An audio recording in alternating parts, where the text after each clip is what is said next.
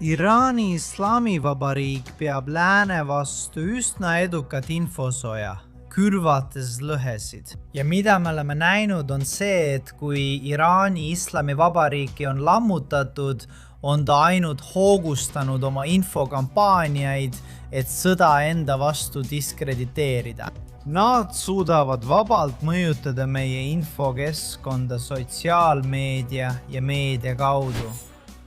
Tere tulemast tagasi saatesse Access of Truth JNS-is. Täna on meil väga eriline külaline, kes räägib ühest suuremast probleemist, millest oleme selles saates palju rääkinud, kuid seekord on meil tõeline ekspert, kes on süvitsi uurinud, mis toimub sotsiaalmeedias. Seega tahan tervitada meie tänast külalist Travis Hollit. Ma loen teile tema täieliku eluloo, sest ma arvan tõesti, et on väga oluline rõhutada, kui palju infot sellel inimesel tegelikult on selle kohta, mis päriselt toimub. Ja mida me näeme, need mustrid, mida me näeme digitaalses ja sotsiaalmeedias, mida siis võimendab peavoolumeedia, nagu me oleme öelnud. Nii et Travis Holli. Vabandust, ta on tegelikult endine õhujõudude luureohvitser. Ta oli ka luureanalüütik NSC-s, heebrea keele tõlk, heebrea keele tõlkija ja piirkondliku meediaanalüütik CENTCOM-is. Ta on töötanud ka sisejulgeolekuministeeriumi instruktorina. Ja muidugi, nagu näeme sellest, millest ta räägib, asub tema karjäär tõepoolest luure ja meediaanalüüsi ning samuti küberuuringute ja uuriva ajakirjanduse ristumiskohas. Ta on juhtinud meedia ja sotsiaalmeedia analüüse nii valitsuses kui ka erasektoris, millega ta tegeleb ka täna, olles muuhulgas töötanud meediadirektorina 2 erinevas küberjulgeoleku ettevõttes. Lisaks sellele teame ka, et ta on Shadowgraph Intelligence'i asutaja, kus ta uurib äärmuslust, välismaiseid mõjutusoperatsioone, millest me täna palju räägime, ja koordineeritud mitteautentset käitumist. Räägime sellest täna veelgi. Samuti anonüümsetest veebitegelastest, teate küll, kõik need botid, keda te oma kommentaarides näete, ja keerukatest digivõrgustikest, mis neid ümbritsevad. Seega keskendub Holli avatud allikate luure ja narratiivse luure meetodite kasutamisele, et tuvastada varjatud tegijaid sotsiaalmeedias, et kaardistada osa neist ökosüsteemidest ja muuta keeruline digitaalne tõendusmaterjal millekski, mida sina või mina suudame mõista. Niisiis, ilma pikema jututa, Travis, ma tahan sind väga tänada, et sa täna meiega liitusid ja aitasid valgustada toimuvat. Aitäh, et siin oled. Aitäh, Emily! Ma tahaksin alustada sellega, et anda vaatajatele väike ülevaade, kes ei pruugi infosõda nii tähelepanelikult jälgida. Ma mõtlen, mis asi on infosõda? Mida me täna sotsiaalmeedias näeme, eriti seoses Iraani sõjaga? Jah, minu hinnangul on infosõda see päris sõda. Meie arusaamise järgi ei ole Venemaal õnnestunud Ukrainat üle võtta. Iraani Islamivabariigil ei ole õnnestunud end kaitsta Ameerika Ühendriikide ja Iisraeli vastu kineetilises sõjas. Aga Iraani Islamivabariik peab üsna edukat infovõitlust Lääne, Iisraeli ja samal ajal ka Trumpi administratsiooni vastu. Külvates lõhesid, mis nendes 2 riigis juba olemas on, poliitiliselt, majanduslikult, sotsiaalselt ja muul moel. Ja mida me oleme näinud on see, et Iraani Islamivabariiki on laiali lammutatud. Õhutõrje, õhuvägede ja mereväe osas on ta ainult hoogustanud oma infokampaaniaid, et sõda enda vastu diskrediteerida. Nüüd tahan ma sinult küsida, kes on selle mängu osalised? Millised riiklikud osapooled on kaasatud? Kas tegemist on peamiselt riikidega? Kas need on botid? Kas need on suunamudijad? Kas need on meedia? Nii et vastus on kõik need. Tegelikult on olemas ökosüsteem nende vahel, keda võiks nimetada ametlikeks, poolametlikeks, mitteametlikeks, riiklikeks, poolriiklikeks ja riigiga seotud osalisteks. On olemas terve spekter tegutsejaid, kes peavad infovõitlust, mis on tegelikult osa kognitiivsest sõjast. Ja võib mainida Press TV-d. See on Iraani Islamivabariigi meedia, Press TV, Tasnim News. Võib mainida ka IRIB-i, mis on Islamivabariigi propagandakanal. Ja siis võib mainida ka nende kübertoimijaid. Microsoft ise on avaldanud ohuluure aruandeid häkkerirühmade, nii riiklike kui ka poolriiklike, ning samuti mõjutajate ja bottide küberpõhistest mõjutusoperatsioonidest. Tegelikult tegutsevad kõik need korraga, et mõjutada mingisugust kognitiivset muutust läänes. Ja ma ei ütleks, et nad tegutsevad täielikult kooskõlastatult. Riigi tasandil või rahvusriigi tasandil peaksin ütlema, ametlikult kipuvad nad loomulikult rohkem koostööd tegema. Aga kui asi puudutab näiteks mõjutajaid, kasulikke idioote, botte ja selliseid asju, siis kipub see olema veidi vähem koordineeritud.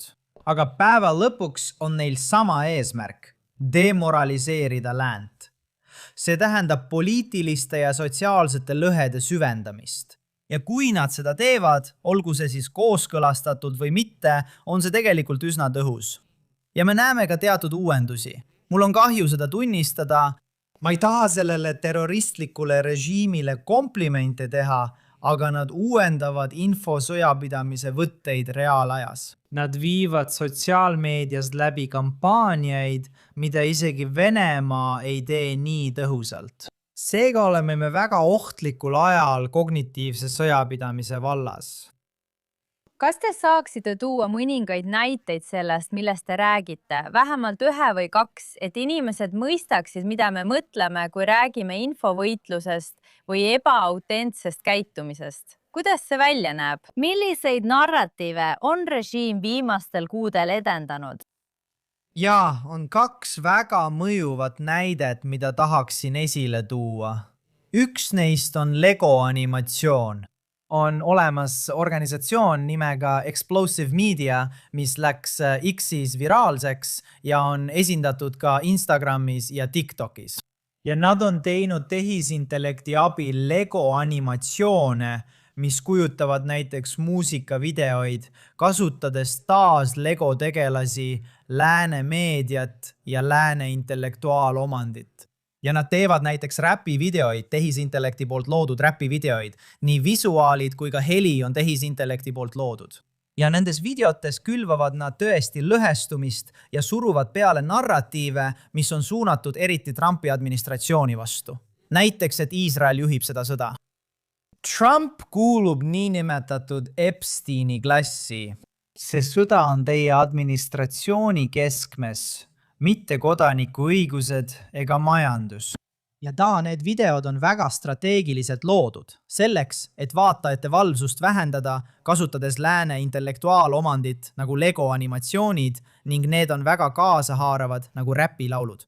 See võib tõesti tuua uusi vaatajaid, keda Islamivabariik ei suudaks kunagi meelitada millegi farsikeelse, araabiakeelse või piirkonnast pärit asjaga. See on väga tõhus ja ohtlik propaganda ning uuendus tehisintellekti loodud sisu kasutamises ja lääne intellektuaalomandi ärakasutamises. Muide, selle taga olevad tegutsejad ei ole riiklikud. See põhineb minu isiklikul uurimistööl. Olen tuvastanud, kes need inimesed on. Ma ei ole seda veel avalikult maininud, kuid need on endised muusikud ja meediainimesed, keda nüüd nende enda sõnul palkab Iraani Islamivabariik. Aga ma ei näe tõendeid, et nad oleksid režiimi osa, kuid nende edu köitis režiimi tähelepanu. Nii et nüüd saab Iraanis erapropagandiste palgata režiimi toetamiseks. Eesmärke siin. Teine punkt, mida ma tahan rõhutada, on Islamivabariigi saatkondade kontode kasutamine X-is. Need saatkondade kontod levitavad meeme. See on väga huvitav. Nad levitavad propagandat diplomaatilise missiooni kattevarjuseks.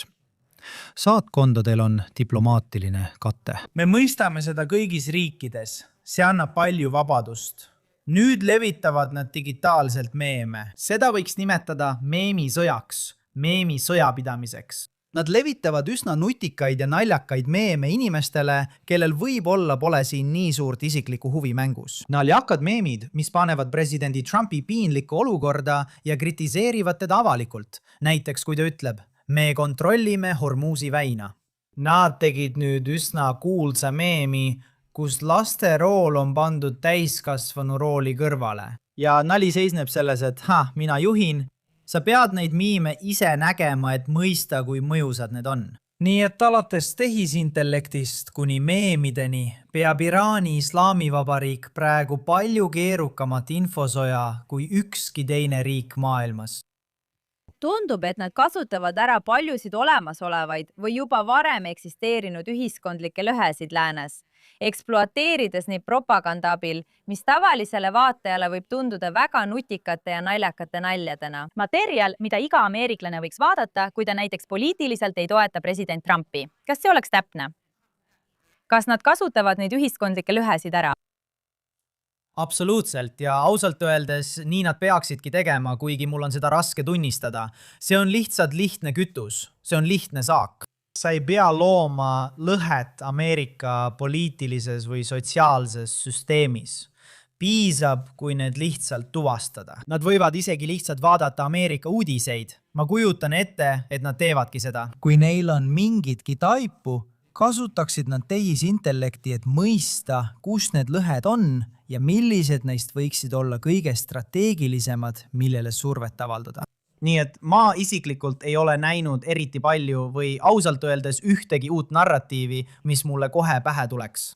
Aga ma arvan, et nad kasutavad üsna osavalt ära olemasolevaid narratiive, nagu Epsteini skandaal ja teisedki, kus me mõistame eriti vabariiklaste poolel, kes on nüüd muidugi Ameerika Ühendriikides võimul, see omamoodi kodusõda nii-öelda MAGA, America Firsti ja muu sellise vahel, siin kasutatakse erinevat terminoloogiat, ja ajades veelgi suuremat kiilu nende auditooriumite vahele. Kujutades seda kui tähelepanu kõrvalejuhtimist Epsteini toimikute avalikustamisest ja esitades seda kui America Firsti põhimõtetega vastuolus olevat.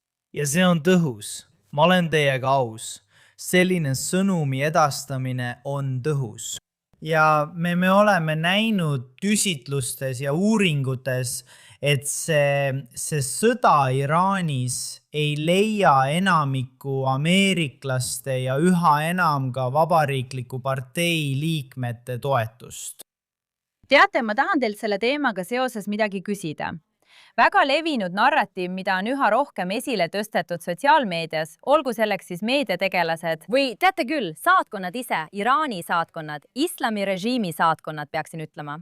Aga see on rünnak Ameerika ja Iisraeli suhete vastu üldiselt, millest olen ka ise selles saates rääkinud. Kas ütleksite, et see on samuti üks neist sotsiaalsetest lõhedest, mida Islamivabariik on püüdnud võimendada? Võib-olla mitte ainult nemad. Ma tean, et olete palju uurinud Türgit, Venemaad ja paljusid neid riike, kes kasutavad sotsiaalmeediat, et õhutada ja süvendada lõhesid läänes.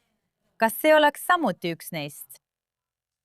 Jah, vaadake, see on kindlasti midagi, mida see, vabandust kogu selle terminoloogia pärast nende inimeste ees, kes sellest võib-olla aru ei saa, see poliitilise ideoloogia hobuseraua efekt. Äärmusvasakpoolsed ja parempoolsed on üha enam väitnud, et Ameerika Ühendriigid on Iisraeli marionett, mis on ilmselgelt ja objektiivselt naeruväärne. Aga narratiivi sõda ei käi selle üle. See ei põhine tegelikult tõenditel. Asi on veenmises. Ja selleks, et tekitada veelgi suurem lõhe Ameerika Ühendriikide ja Iisraeli vahel, peavad nad lihtsalt jätkama selle tule õhutamist, viskama sellele veelgi hagu juurde. Tuuli kasvab, kui sellele lihtsalt hagu juurde visata. Tuld ei huvita, mis on päris ja mis mitte.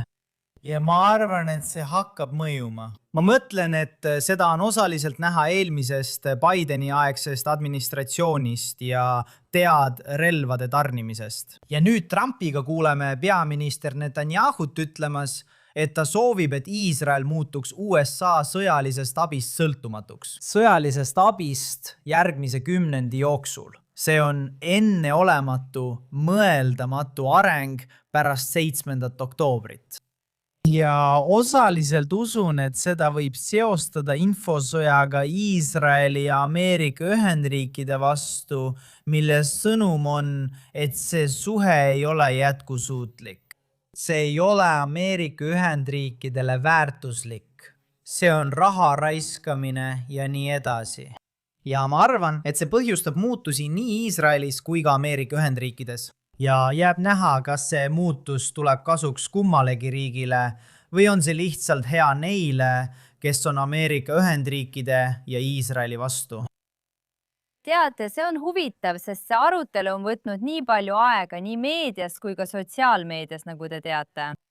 Ja kokkuvõttes Ameerika Ühendriikide vaatenurgast räägime me välisabist, mis moodustab vähem kui 1% Ameerika Ühendriikide eelarvest. Ja see kehtib iga riigi kohta, mitte ainult Iisraeli kohta.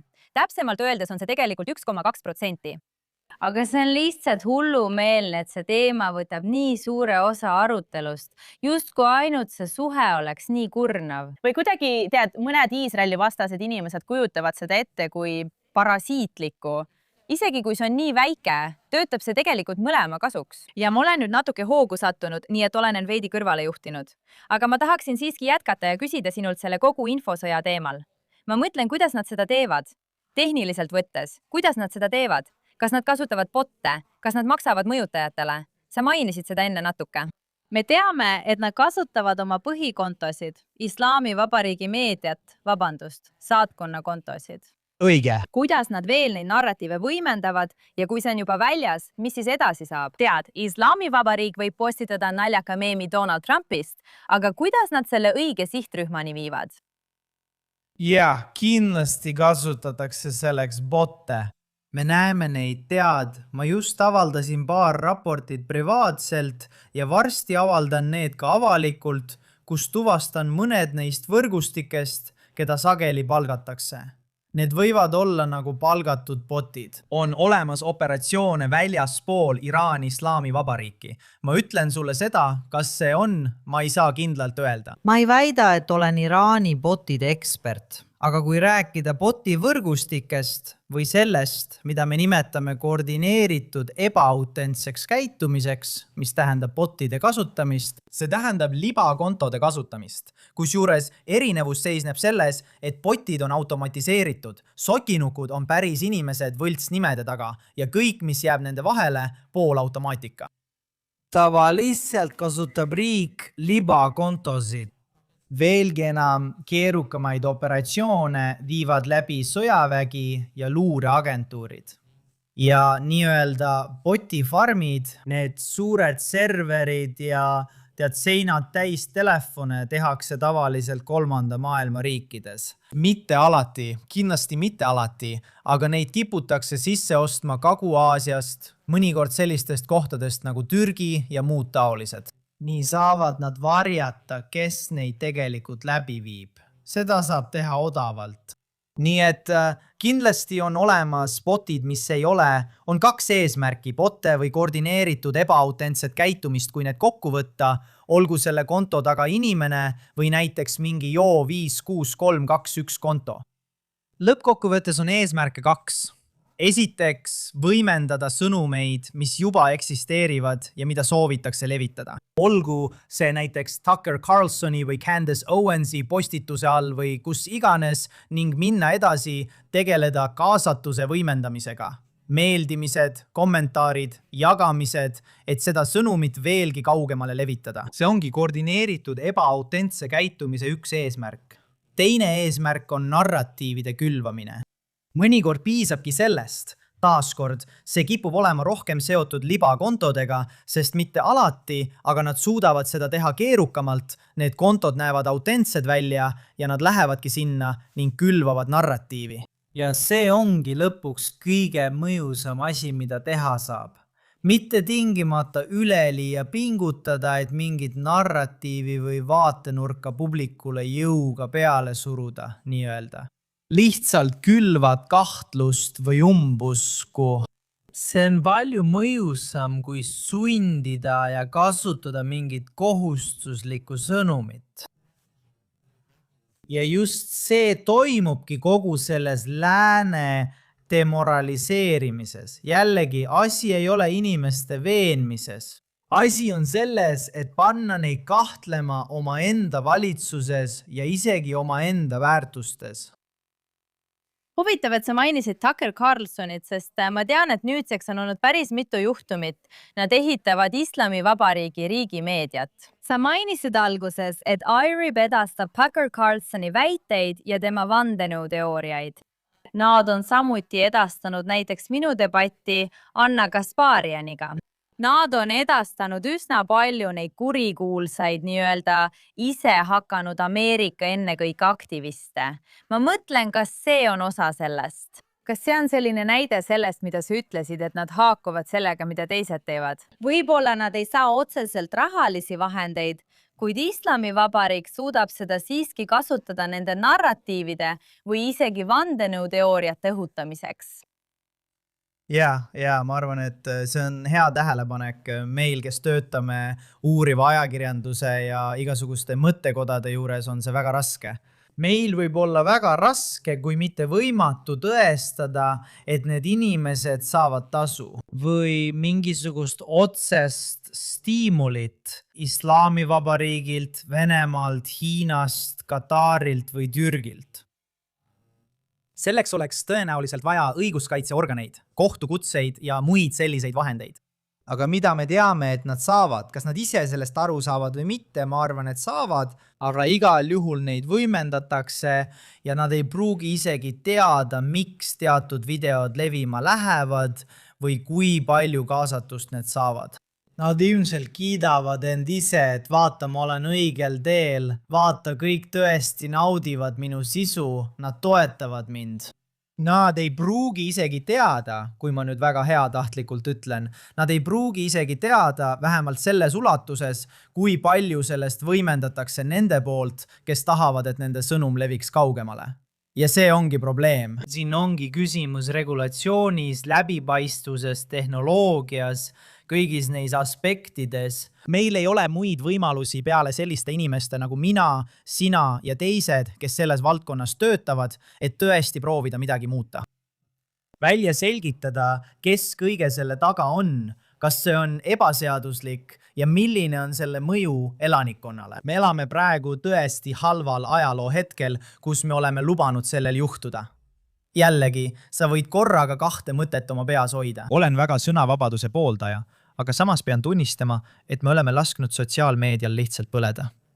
Ja nüüd laseme ka tehisintellektil lihtsalt põleda. Need asjad on peaaegu täiesti ohjeldamatud ja sellel on palju tagajärgi. Aga infosõja vaatenurgast näeme minu arvates läänes hullumeelset eskaleeruva lõhestumise kasvu. Ja see algas juba enne esimest Trumpi valimist ja nüüd läheb see muidugi ainult hullemaks ja hullemaks.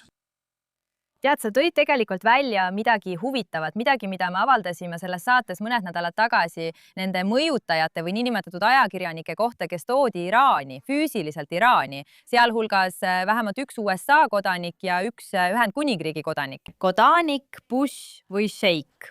Ja tõesti, ma uurisin seda ise ja suutsin kindlaks teha, et see oli vähemalt osaliselt rahastatud Iraani Islamivabariigi enda poolt. Nii et me teame, et mõnel juhul teevad nad nendega otseselt koostööd. Kas nad saavad otsest rahalist tasu või makstakse neile selle reisi, selle mõjutajate reisi puhul Islamivabariiki mingil muul viisil? Väga huvitav arutelu muidugi, sest see võib rikkuda ja tõenäoliselt rikubki sanktsioone nii Ühendkuningriigis kui ka Ameerika Ühendriikides. Nii et tundub, et on tõeline hoolimatuse probleem. Olemasolevaid seadusi läänes ei jõustata, mis viib mind küsimuseni. Mida lääs selle vastu ette võtab? Mida teevad sotsiaalmeedia ettevõtted erasektorist selle vastu? Kas see on üldse osa sõjalisest strateegiast, kui me vaatame selliseid konflikte? Jah, see on seni sinu kõige raskem küsimus, sest mul pole sellele tõesti vastuseid. Ma olen täiesti hämmingus, nagu kõik teisedki. Kuidas me lubame ameeriklastel mitte ainult minna nendesse vaenulikesse riikidesse, olgu siis tasulistele või tasuta reisidele või nii-öelda ajakirjanduse nimel ja siis naasta USA-sse ning järsku hakata olema nende vastaste hääletorudeks. Samuti on meil vastupidine olukord, kus samasugused inimesed teistest riikidest tulevad USA-sse ja levitavad samasugust vihkamist. ja jah, nii palju kui mina näen, võiks rääkida Code Pinki Medea Benjaminist, võiks rääkida Calla Walshist. Ma mõtlen, see nimekiri on pikk. Hassan Piker on nüüd kohtukutse saanud Kuubale reisimise eest. Ja tead, olgu see siis OFAC, võimalikud OFAC-i rikkumised, sanktsioonide rikkumised, samuti lihtsalt tead võimalik riigivastane tegevus. Vaata, ma ei tea, ma arvan, et võib-olla polegi selget piiri. Ma ei tea, ma ei ole jurist, et öelda, kus see piir täpselt jookseb nii-öelda sõnavabaduse ja muu vahel. Noh, tundub, et neid piire justkui tõmmatakse ümber. Tead, me oleme peaaegu uuel territooriumil, nagu sa ütlesid. Me tegelikult ei tea. Ühelt poolt on meil põhiseaduslikult kaitstud sõnavabadus, mis on ideaalne. Tead küll, see on midagi väga olulist, mida me tahame kaitsta. Ja samal ajal pööratakse see sama põhimõte justkui pea peale. Seda kasutatakse relvana. Seda kasutatakse lääne enda vastu. Kus see piir siis on? Ma mõtlen, see on nagu sotsiaalmeedia sõnavabadus defineeritakse ümber. Ma arvan, et see on ajastu demokraatia näitab oma nõrka külge. Demokraatiad, ma arvan, et enamik mõistlikke inimesi väidaks, et see on parim süsteem, kuid see ei ole süsteem ilma tõsiste puudusteta. sama kehtib ka kapitalismi kohta. Me ei pea sellesse süvenema, aga kapitalism, ma arvan, annab kõigile parima võimaluse, kuid seda kasutatakse kindlasti ka ära. Mida me demokraatia puhul näeme, on see, et sõnavabadus annab vastastele asümmeetrilise eelise. Ja täiuslik näide on 4 suurt. Iraani Islamivabariik, Venemaa, Hiina ja Põhja-Korea. Nad saavad vabalt mõjutada meie infokeskkonda sotsiaalmeedia ja meedia kaudu. Ja me oleme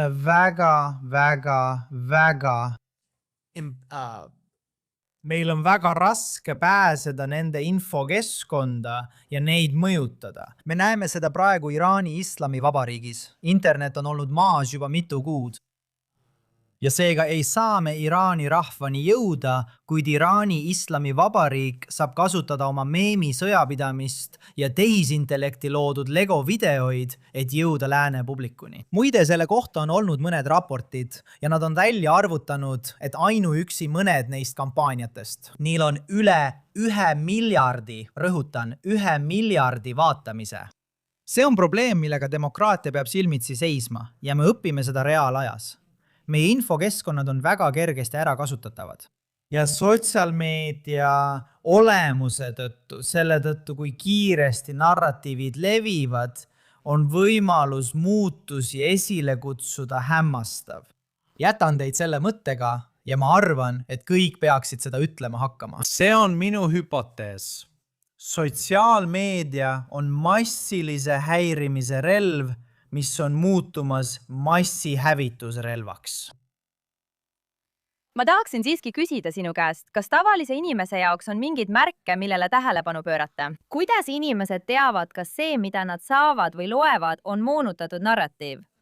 Või polegi tänapäeval võimalik seda kindlaks teha? Ma ei hakka valetama. Jah, on olemas viise, aga see on uskumatult keeruline. Ma mõtlen, inimesed pöörduvad minu poole, sest ilmselt mõned arvavad, et olen selles ekspert. Ma saan inimestele õpetada, kuidas otsida ohumärke ja märke, mis võivad viidata probleemile. Ja ma toon kohe paar näidet. Aga päeva lõpuks, ausalt öeldes, kellel on aega teha kõiki neid analüüse, mida mina, sina ja teised inimesed teevad? Ma ei süüdista inimesi. Kahjuks on sotsiaalmeedia ja info olemus selline, et iga postituse juures peatuda ja otsida 10 ohumärki on lihtsalt ebapraktiline. Ja see ongi hirmutav osa. Kui tahad, et tõde võidaks, siis peab tõde olema lihtsalt tõestatav. Aga tehnoloogiline ja infokeskkond, kus me elame, ei võimalda seda. Ja ma annan sulle siin paar näidet. Mõnikord olid need sotsiaalmeedias järjestatud kasutajanimed, näiteks Jaan 56321 ja nii edasi. See võis olla ka hiljutine loomiskuupäev. Õnneks saab nüüd Instagramis ja Xis minna kasutajakontole ning nad on lisanud läbipaistvuse funktsiooni, mis näitab, millal konto loodi. Lihtsalt, tead, iga vihje, mille ma sulle annan, lisab sellele kaalu. Üks vihje iseenesest ei ole tõend. nii et kui kontol on kahtlane rämpspostiliku välimusega kasutajanimi, see on loodud viimase 6 kuu jooksul. Sellel pole profiilipilti. See postitab 100 kordi päevas. Kui sellised asjad kokku panna, saab hakata hinnangut andma. Jah, ma ei tea. See tundub ebaautentne. See on ebaautentne käitumine. Ja nagu ma ütlesin, keerukamatel kontodel, mida me nimetame varikontodeks või mille taga on päris inimene, on neid märke vähem. Nii et see võib olla väga keeruline. ja muide, mõnikord ei tea ka mina vahet. Ma ei ole geenius, aga ma kasutan tehnoloogiat, et leida andmetest mustreid, mida ma muidu kunagi ei märkaks. Nii et me oleme, nagu ma ütlesin, taas ohtlikul ajal, sest inimestel on võimalusi märgata ja hakata aimama. ma ei tea, see tundub imelik, ajastus ja konto olemus. Aga mõnikord pean isegi mina ise sammukese tagasi astuma ja tehnoloogiat kasutama, et tõesti puude taga metsa näha. Tead, sa tõid väga hea mõtte välja, et see ei pruugi tingimata tõestada, et miski on võlts või et konto on võlts, aga kindlasti on märke, mis panevad üha rohkem kahtlustama. Seega soovitan kõigil, kes loevad võib-olla neile suunatud vihakommentaare, suhtuda nendesse ettevaatlikult. Veel üks asi, mida ma märkasin, veel üks muster on see, et on mõned kontod, eriti viimasel ajal, mis puudutavad antisemitismi teemat, mis lihtsalt pritsivad kõige jälgimat, rassistlikumat, natsilikku vihkamist. Ja kui sa lähed nende kontole, siis võib-olla on see konto eksisteerinud juba mitu aastat, aga kõik postitused, kõik millest ma räägin, eks, seal ei ole tegelikult mingit sisu, mida nad postitaksid. Kõik on vastused juutidele ja kõik on natsiteemaline. Nii et kõik need kontod ja mul on neid palju oma kommentaarides. Tead, neisse tuleb tõesti suhtuda teatava reservatsiooniga. Isegi kui selle taga on päris inimene, võib see olla näiteks, ma ei ütle, et see nii on, aga see võib olla näiteks Iraani revolutsioonilise kaardiväe küberüksus. Neil on terve üksus päris inimesi, kes sellega tegelevad. Nad sihivad eriti tuntud hääli või aktiviste. Aga tead, me oleme nüüd juba üle poole tunni rääkinud, aga ma tahan sind tänada, Travis, sinu arusaamade eest. Ma tahan ka kõiki julgustada jälgima Travist Instagramis. See on Talk2 number 2 Trav. Me paneme selle ekraanile. Aitäh kõige eest, mida sa teed. Ma olen kindel, et kutsume sind veel kord saatesse, sest kahjuks tundub, et see probleem muutub iga päevaga aina tõsisemaks. Aga kindlasti andsid sa olulist ülevaadet Iraani infosõjast, millega me kõik praegu ülemaailmselt silmitsi seisame. Pole vahet, kus sa oled. Kui sul on internet, oled sa selle sõja osa. Ja tead mis? Isegi kui sa ei ole nagu Iraani inimesed, kes on ära lõigatud, oled sa kahjuks ikkagi selle sõja osa. Nii et Travis, aitäh, et täna meiega liitusid. Aitäh, Emily!